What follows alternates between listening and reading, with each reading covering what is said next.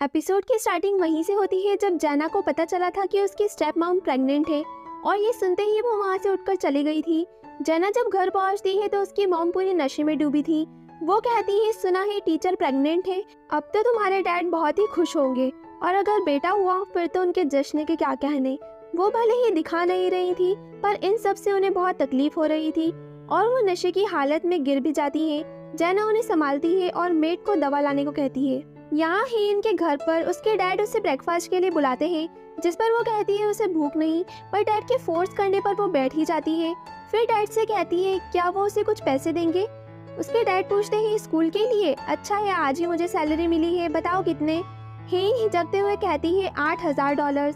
ये सुनकर उसका भाई और डैड दोनों ही चौंक जाते हैं और उसका भाई तो उसके पीछे ही दौड़ पड़ता है। हेन रूम में घुस जाती है। वो चिल्लाता है कि मेरी पॉकेट मनी $80 है और तुम्हें $8000 चाहिए। उस स्कूल में चले गई तो ना जाने खुद को क्या समझती है। उसके डैड उसे शांत रहने का कहते हैं। यहाँ हेन को मैसेज रिसीव होता है नायोन का कि इतनी महंगी ड्रेस के सिर्फ ड्राई क्लीन के पैसे दोगी। नहीं, उसे पूरी ड्रेस के पैसे सिर्फ 1 महीने के अंदर चाहिए, वरना वो अपनी मॉम को बता देगी। हेन वो ड्रेस पकड़ती है और रोने लगती है। अब हमें पार्टी का सीन दिखाते हैं, जहाँ एंटर होते ही हेन को बहुत बड़ी बड़ी कंपनियों के सीईओ की बेटियां दिखती हैं। फिर उसकी ड्रेस पर ड्रिंक गिरा दी जाती है। अब आगे हेन कहती है ये सब जानबूझकर था ना। तभी जैना उसके पास पहुंचती है और वाइन की पूरी बोतल उसकी ड्रेस पर ढोल देती है। वहाँ खड़े सभी लोग हैरान थे। हेन कहती है तुम्हारा दिमाग खराब है। जैना कहती है तुम अपनी बात करो, इस पार्टी में आने की हिम्मत कैसे हुई। दोन को डेट कर रही हो तो तुम्हें लगा कि तुम्हारा स्टेटस बढ़ गया। तुम्हारे जैसे लोग जब तक दूसरा जन्म न ले ले इसी लो स्टेटस में रहते हैं, अपनी औकात में रहो। तुम्हें फिर से मजा चखाना होगा, कहकर जैसे ही हेन उठती है 2 बॉडीगार्ड उसे पकड़कर वहाँ से निकलने का कहते हैं। वो कहती है बाहर तो इसे निकलना चाहिए। जैना की चमची कहती है तुम कितनी बुद्धू हो, वो उससे क्यों निकालेंगे जिसने उन्हें नौकरी दी है। वो दोनों जैना की कंपनी से थे और हेन को बाहर निकाल दिया जाता है। नेक्स्ट सीन में जैना की मेड उससे कहती है उसकी मॉम हॉस्पिटल में है और उसके डैड ने उसे मिलने बुलाया है, जिस पर वो कोई आंसर नहीं देती। फिर मेड से पूछती है उसका रूम कौन सी मेड साफ करती है। वो पूछती है क्यों। जैना कहती है मुझे अपनी चीजें उनकी जगह पर ही पसंद है, जो अब वहाँ नहीं तो उसे फायर कर दो। चीजें हो या इंसान, उन्हें अपनी जगह पर ही रहना चाहिए।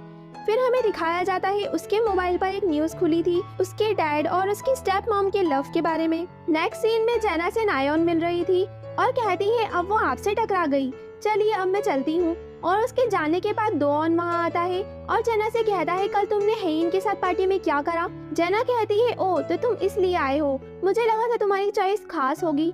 दोन कहता है अगर मैं उसे डेट नहीं भी कर रहा होता तो भी मैं तुम्हें ये बताना चाहता हूँ कि अपनी ये बच्चों जैसी बुलिंग छोड़ दो, हमारी वजह से किसी की जान जाते जाते बची है।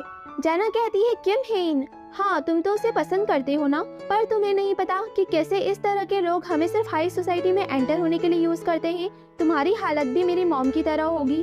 दोन कहता है हेन के बारे में ऐसा मत बोलो, वो ऐसी नहीं है।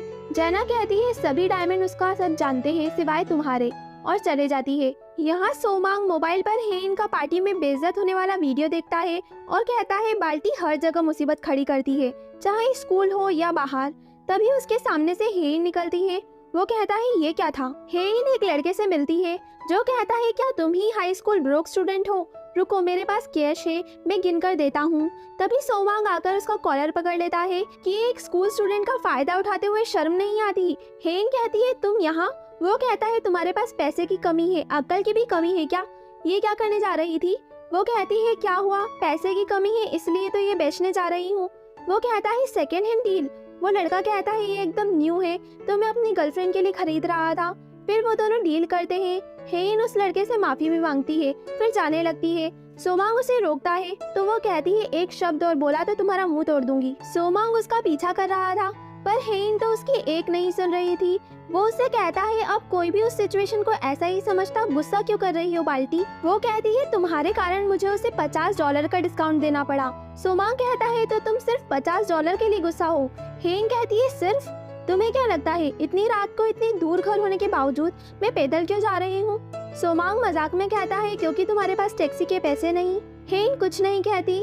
सोमांग कहता है क्या सच में। वो उससे कहती है तुमने कहा कि कोई भी उस सिचुएशन को ऐसा ही समझता, पर अगर मेरी जगह जैना होती तो भी क्या तुम ऐसा ही समझते। वो कहता है बिल्कुल नहीं। हेन जाने लगती है। सोमांग उसे रोकता है कि तुम्हें कितने पैसे चाहिए। फिर नेक्स्ट सीन में वो उसे घर तक ड्रॉप करता है। घर पहुंच हेन बहुत सी जॉब सर्च करती है, पर कोई भी 1 महीने में इतने पैसे नहीं दे सकती थी। नेक्स्ट डे स्कूल में टीचर हेन का जोश ठंडा पड़ा देख उसे कुछ स्कॉलरशिप पैम्पलेट देकर सोचने का कहती है। अब जब वो बाहर निकलती है तो सभी उसे देखकर हंस रहे थे।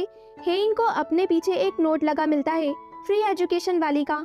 तभी उसे रास्ते में जाना मिलती है। वो कहती है, अब समझ आया, तुम चाहे कहीं भी भागो पर अपनी गरीबी से नहीं भाग सकती। हेन कहती है, लगता है मेरे बारे में मुझसे ज्यादा तुम जानती हो। तुम्हें पता है टाइम की भी एक कीमत होती है और तुम अपना टाइम मुझ पर लगा रही हो। लगता है मैं बहुत खास हूँ। जेना कहती है, तुम बहुत अनोइंग हो। हेन कहती है, तुम मुझे इग्नोर करो ना, तुम ऐसा क्यों नहीं मान लेती कि मैं एग्जिस्ट ही नहीं करती। जेना कहती है, नहीं, मैं तुम्हें स्कूल से निकाल कर ही रहूंगी। उस ड्रेस के पैसे मैं दूंगी अगर तुम स्कूल से ड्रॉप आउट होती हो तो। और उससे ये कहकर चले जाती है कि तुम्हारे पास सोचने के लिए 1 हफ्ते का टाइम है। एक दिन बीतते जा रहे थे और जेना उसे टाइम याद दिलाती रहती थी। हेन इस सब से बहुत परेशान थी। तभी दोऑन उसे स्कूल तक लिफ्ट देता है और गाड़ी में कहता है, तुम पार्टी में क्यों गई थी जब तुम ऐसी जगह से बिलोंग नहीं करती? क्यों दूसरों को खुद को बुली करने का मौका देती हो? अपनी हद में रहो। अब बहुत हो गया, मैंने बहुत वेट कर लिया, मुझे किलर का नाम बताओ।